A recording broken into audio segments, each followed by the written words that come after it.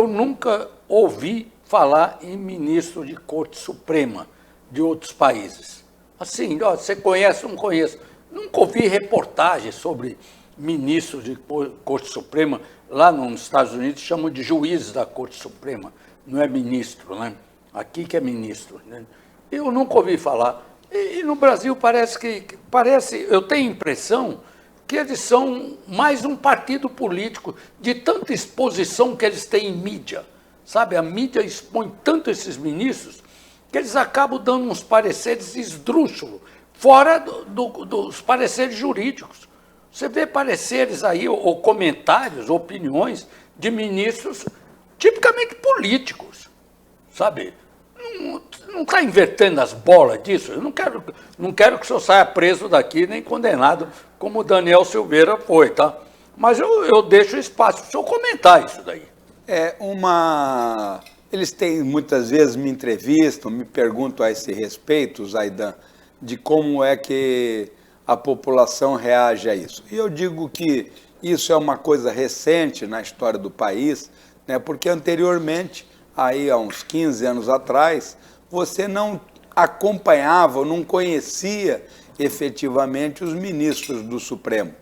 E muitos me perguntaram... E nem precisava conhecer, Nem precisava conhecer. Muitos me perguntam sobre esse aspecto, a atuação do Supremo.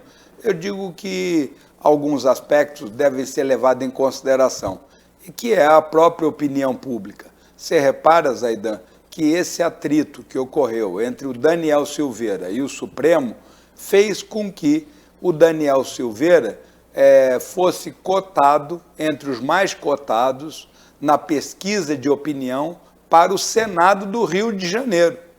Então, significa que a população brasileira ela não está confortável com essas ações do Supremo. Se ela tivesse confortável, concordando com essas atividades, não teria o Daniel Silveira um índice de aprovação para o Senado, que é uma coisa importante para o nosso país, como ele tem. Inclusive, a própria decisão... Não foi uma cassação política? Cassou os direitos políticos.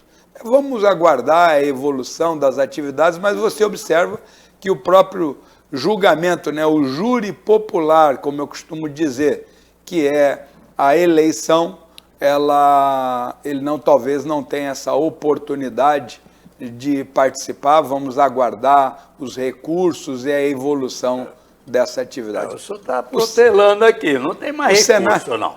Vai recorrer para o próprio STF, não tem, só se ele for para uma corte internacional, porque o próprio STF vai negar os embargos protelatórios e mais não sei o quê. Vai multar mais ainda o advogado do Daniel Silveira, porque não multou o Cacá e não multou o Zanini, que defenderam o Lula. Aliás, estão recebendo até o dinheiro de volta que foi roubado.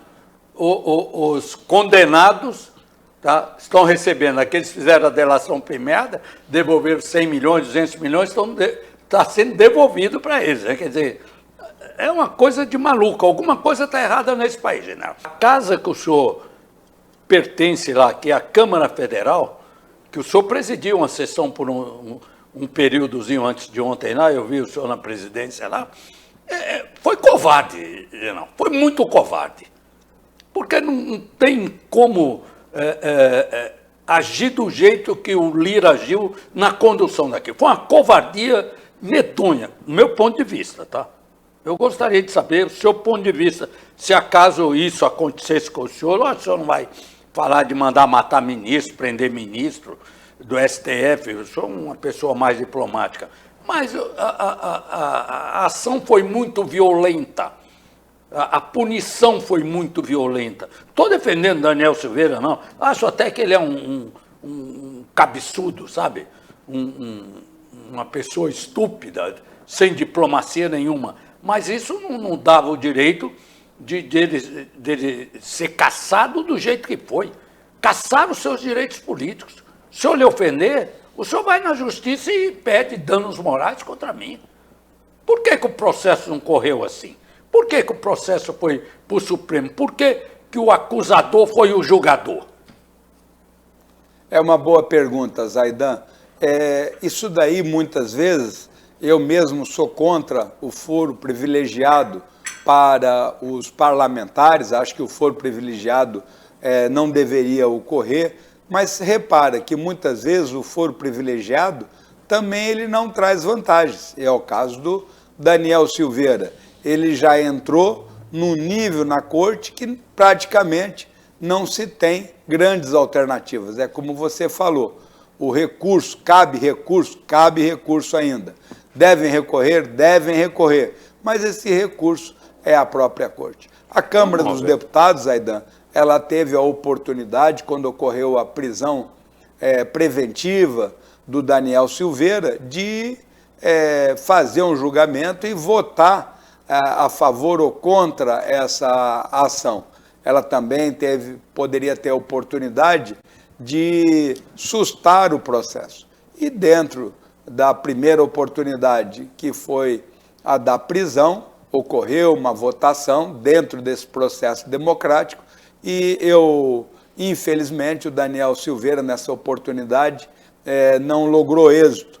Eu votei favorável naquela oportunidade ao Daniel Silveira, por entender que muitos juristas consideravam aquela atividade de maneira ilegal. Para finalizar esse assunto, general, o senhor é deputado, o senhor é um parlamentar. O Lula, esses dias, num vídeo, fazendo uma live, ele chamou as séculas dele lá, inflou as séculas, olha, vão na casa dos deputados, dos senadores, não sei do que, e vai lá, intimide a família dele, intimide ele, Isso não é ato antidemocrático? Quer dizer, para falar contra o Supremo vale uma cassação, uma prisão. E isso não é um ato incitando aí na sua casa intimidar você, sua família, seus filhos, seus netos? Ô Zaidan, você colocou uma pergunta muito adequada. Vamos dizer, substituir só a palavra deputado por ministro do Supremo. Se o Lula tivesse incitado as pessoas a irem nas casas dos ministros do Supremo para poder incomodá-los, como seria a reação? E são dois pesos e duas medidas. Se por acaso, no Daniel Silveira, aquela conversa, aquela atividade foi caracterizada como uma afronta, nesse caso também ela segue uma linha de raciocínio semelhante. Os termos podem ser diferentes, mas a linha de raciocínio é muito semelhante.